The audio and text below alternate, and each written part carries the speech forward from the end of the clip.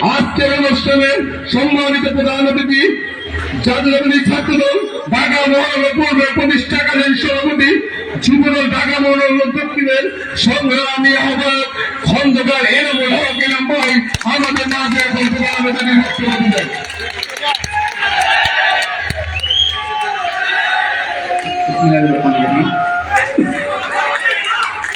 আমাদের জাতীয়তাবাদী যুবদল ঢাকা অত্যন্ত গুরুত্বপূর্ণ সকাল থানা যুবদলের সংবাদ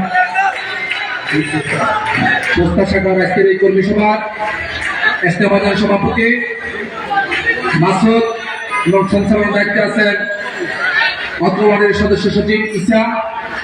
আজকের এই কর্মী সভায় প্রধান বক্তা হিসেবে উপস্থিত আছেন জাতীয়তাবাদী যুবদল ঢাকা মহানগর দক্ষিণের বিপ্লবী সদস্য সচিব, রাজপথ থেকে বের ওঠা নেতৃত্ব, আন্দোলন সংগ্রামের পরীক্ষিত সৈনিক, জাতীয়তাবাদী ছাত্রদল ঢাকা মহানগর পূর্বের প্রতিষ্ঠাতা সাংগঠনিক সম্পাদক, আন্দোলন সংগ্রামের মাধ্যমে হাসিনার পতনকে নিশ্চিত করে বিজয় ছিনিয়ে নিয়ে এসেছিলেন জাতীয়তাবাদী যুবদল ঢাকা মহানগর দক্ষিণের বিপ্লবী সদস্য সচিব জনাব রবিউল ইসলাম।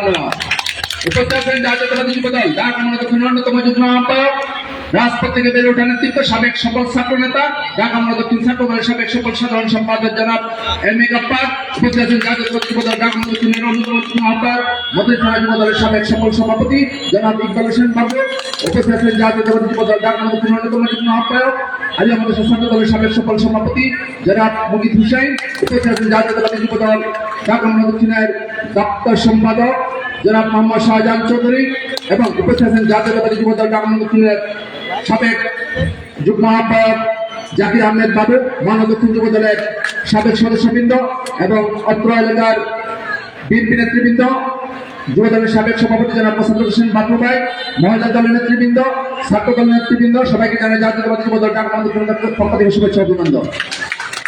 প্রিয় নেতৃবৃন্দ, এই অল্প কয়েকদিনের মধ্যে আমরা আপনাদের এই এলাকায় বেশ কয়েকটা কর্মী সভা করেছি। জানি না কতটুকু আমরা কি চাচ্ছি, কি করতে হবে, কি মেসেজ দিয়ে সেগুলো আপনারা কতটুকু বুঝতে পেরেছেন। যদি বুঝতে পারেন তাহলে আমরা সফল, আর যদি বুঝতে না পারি তাহলে আমরা ব্যর্থ। তাই আপনাদেরকে আজকে আবার বলবো, আমাদের নেতা জনাব আমাদের ভারপ্রাপ্ত চেয়ারম্যান জনাব তারেক রহমান কর্মীদের উদ্দেশ্যে যে বার্তা দিয়েছেন, সেই বার্তাটি হলো অন্যের কোনো জনগণের কোনো অসুবিধা সৃষ্টি হয় এমন কাজের সাথে সম্পৃক্ত থাকা যাবে না। জনগণ কষ্ট পায় এমন কাজের সাথে সম্পৃক্ত থাকা যাবে না। কেন এই কথা বলেছেন, কি কারণ?